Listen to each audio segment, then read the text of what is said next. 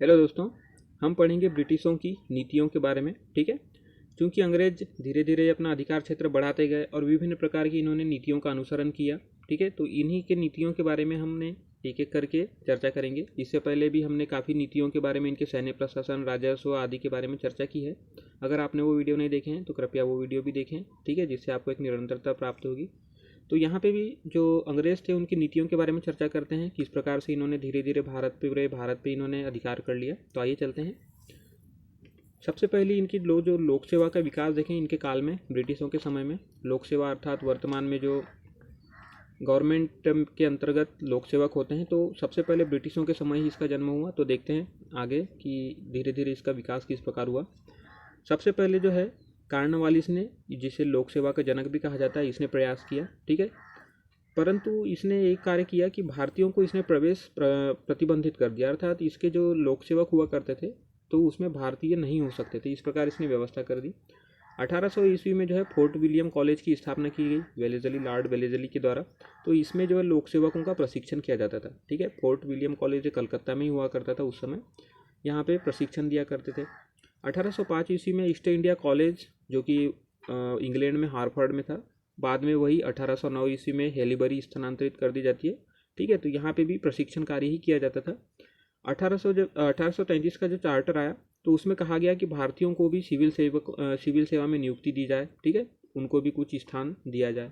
1853 का जो charter act आया तो उसमें सबसे प्रथम बार खुली प्रतियोगिता परीक्षा की बात की गई। इससे पहले क्या होता था, कंपनी के जो महत्वपूर्ण व्यक्तित्व होते थे उन्हीं के द्वारा सिफारिश के अनुसार ही उनकी नियुक्ति कर दी जाती थी लोक सेवकों की। लेकिन 1853 के चार्टर में पहली बार कहा गया कि खुली प्रतियोगिता की जाए। ठीक है, लोगों के बीच में, अर्थात जो भी सिविल सेवक बनना चाहते हैं, वर्तमान की जो प्रतियोगिता परीक्षाएं आयोजित की जाती है उसी प्रकार से यहाँ पे 1853 में कहा गया। ठीक है, 1855 में जो है सिविल सर्विसेज कमीशन बनाया गया, अर्थात अगर प्रतियोगिता परीक्षाएं होनी है तो उस प्रतियोगिता परीक्षाओं के का जो है संचालन करने के लिए यहाँ पे एक कमीशन बनाया गया, सिविल सर्विसेज कमीशन।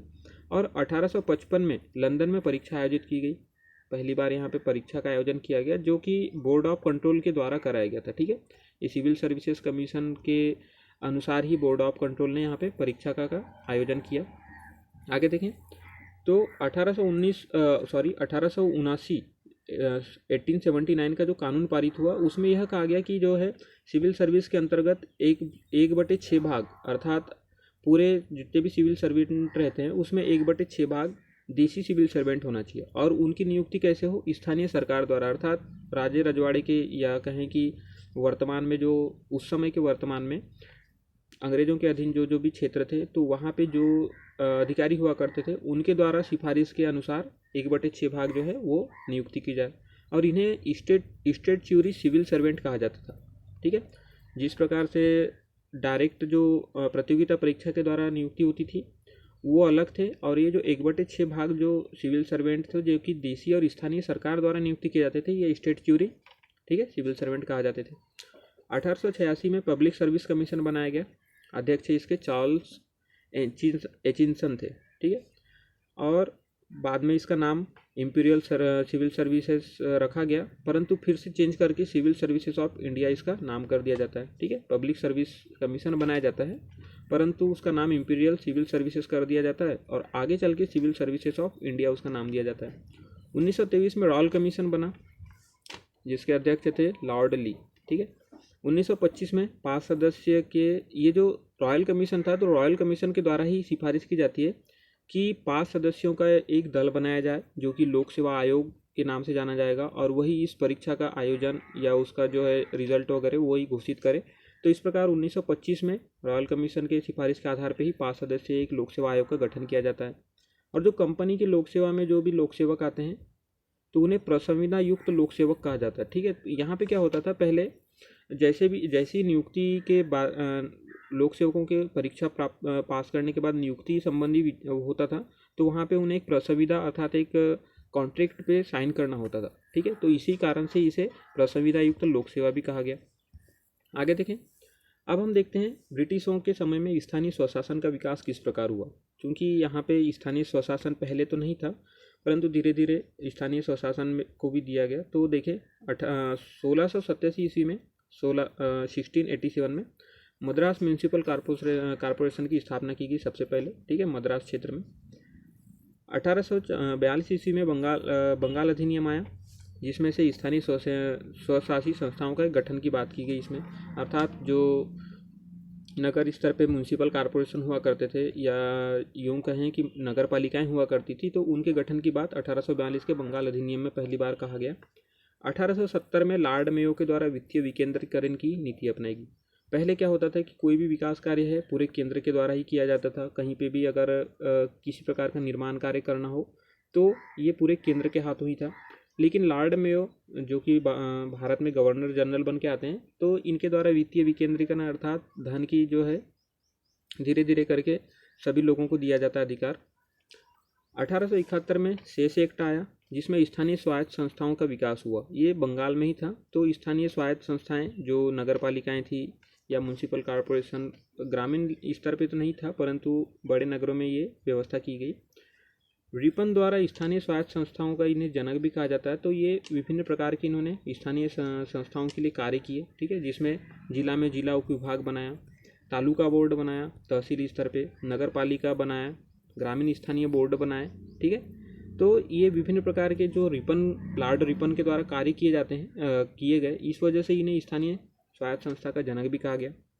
गैर सरकारी सदस्य अधिक थे, ठीक है, चूँकि स्थानीय स्वशासन में सरकारी स्तर पे नहीं था, इसमें ज़्यादातर गैर सरकारी सदस्यों को लिया जाता था, अर्थात वो एक परामर्शदायी कहना चाहिए परामर्शदायी संस्था थी, जो कि सरकार को परामर्श देती थी कि यहाँ पे इस प्रकार का शासन या इस प्रकार से व्यवस्था होनी चाहिए।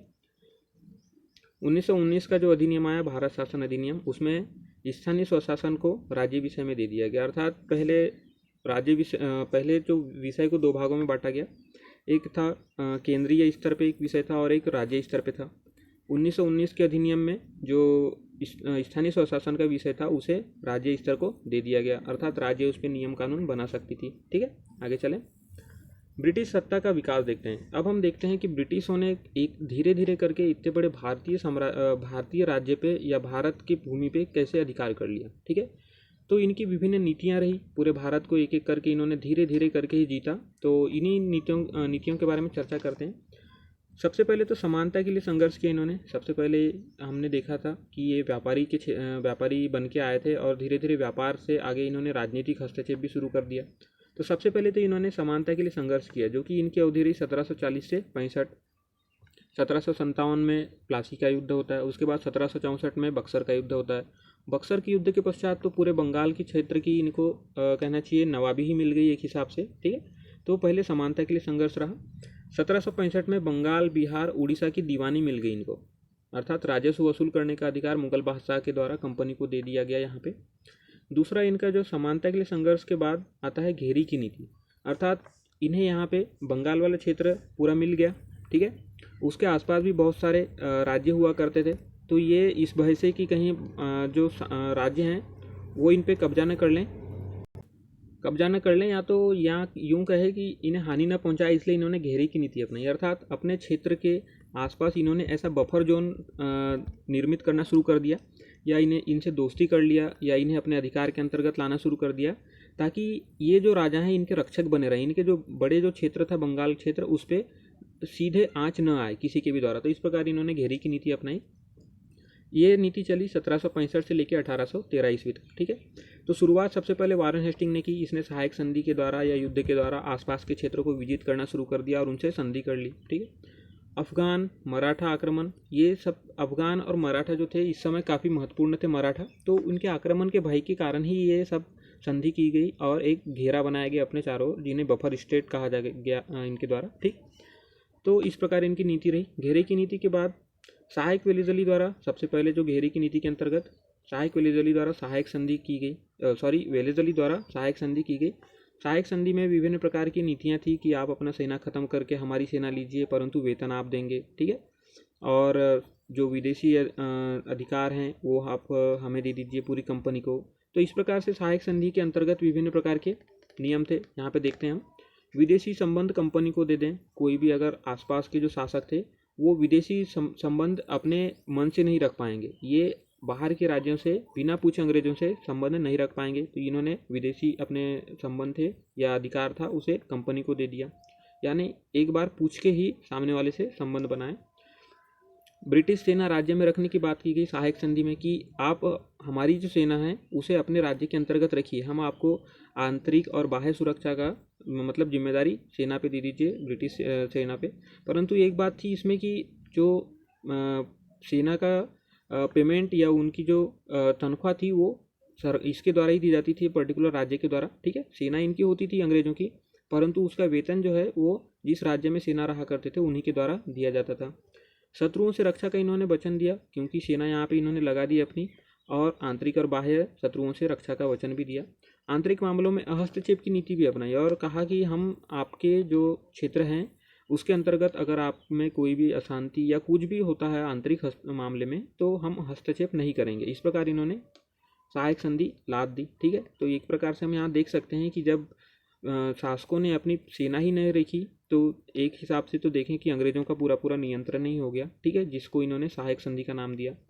और इस सहायक संधि के अंतर्गत सर्वप्रथम है हैदराबाद, ठीक है, हैदराबाद जो कि निज़ाम के अंतर्गत था, तो उसने सितंबर 1798 में सबसे पहले सहायक संधि को अपनाया, ठीक है।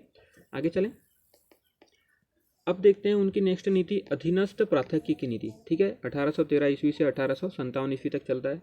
इस नीति में क्या किया इन्होंने कि अपने अधीन तो कर लिया, ठीक है, परंतु जो अधीन करने के बाद जो विभिन्न राजा थे उनको अलग अलग रखा, ठीक है। वो एक दूसरे से संपर्क नहीं कर सकते थे, क्योंकि इन्होंने सहायक संधि के द्वारा ऐसे ऐसे नियम लाद दिए थे इनके ऊपर। तो ये सारी चीज़ें चली। हेस्टिंग ने सबसे प्रथम सहायक संधि के द्वारा यहाँ पे अधीनस्थ प्राथक्य की नीति की, अपने अधीन कर लिया, लेकिन सभी राजाओं को अलग अलग करके रखा। और बाद में आए महत्वपूर्ण डलहौजी, इसने व्यवगत का सिद्धांत अपनाया। व्यवगत के अंतर्गत इन्होंने पूरे कहना चाहिए पूरे क्षेत्र को अपने अंदर ही लाना शुरू कर दिया, अपने नियंत्रण में ही। पहले तो हेस्टिंग सहायक संधि के द्वारा कम से कम उन्हें स्वायत्तता प्रदान भी करता था, परंतु डलहौजी ने व्यवगत के अंतर्गत सारे क्षेत्रों को कब्जाना शुरू कर दिया, ठीक है। व्यवगत डलहौजी के बारे में हम पढ़ेंगे बाद में। तो अधीनस्थ प्राथक्य की नीति थी। फिर उसके बाद आई इनकी अधीनस्थ संघ की नीति, ठीक है, जो कि 1857 से लेकर 1935 ईस्वी तक चला। 1857 में चूँकि क्रांति हो जाती है, तो इस प्रकार से इन्होंने अधीनस्थ संघ की नीति अपनाई। धीरे धीरे नरम पड़ने शुरू हुए। सारे शासन को पहले कंपनी के अधीन था, उसे क्राउन के अधीन कर दिया, ठीक है। पूरे भारतीय साम्राज्य के अधीनस्थ कहना चाहिए क्राउन को दे दिया, ब्रिटिश महारानी को, और राज्य से संबंध बनाए, ठीक है। धीरे धीरे राज्य से संबंध मधुर करने लगे, क्योंकि डलहौजी के समय में काफ़ी मात्रा में राज्यों से कहना चाहिए संबंध खराब हो चुके थे इनके। प्रशासन और उत्तरदायित्व से जोड़ने का कार्य किया। धीरे धीरे जो राज्य थे उनको इन्होंने अपने अधीनस्थ लाके धीरे धीरे अपने प्रशासन में भी योगदान देना शुरू किया, ठीक है। तो इस प्रकार से अधीनस्थ संघ की नीति रहती है, अपने अंतर्गत लाके उन्हें अपने साथ में मिला के कार्य करने की नीति इन्होंने अपनाई। नेक्स्ट जो है समान संघ की नीति। समान संघ की नीति चली इनकी 1935 से लेकर 1947 ईस्वी तक की, जो कि ये कभी पूरा भी नहीं हो पाया। इन्होंने जिस प्रकार वर्तमान में भारतीय संघ है, राज्यों का संघ है, तो उस प्रकार इन्होंने बनाने का कोशिश तो की, परंतु 1935 के अधिनियम से, परंतु ये पूरा नहीं हो सका। आगे देखें, ठीक है दोस्तों, तो हम देखते हैं हमने क्या क्या अध्ययन किया अभी तक। सबसे पहले हमने देखा ब्रिटिश नीतियों के अंतर्गत लोक सेवा का विकास।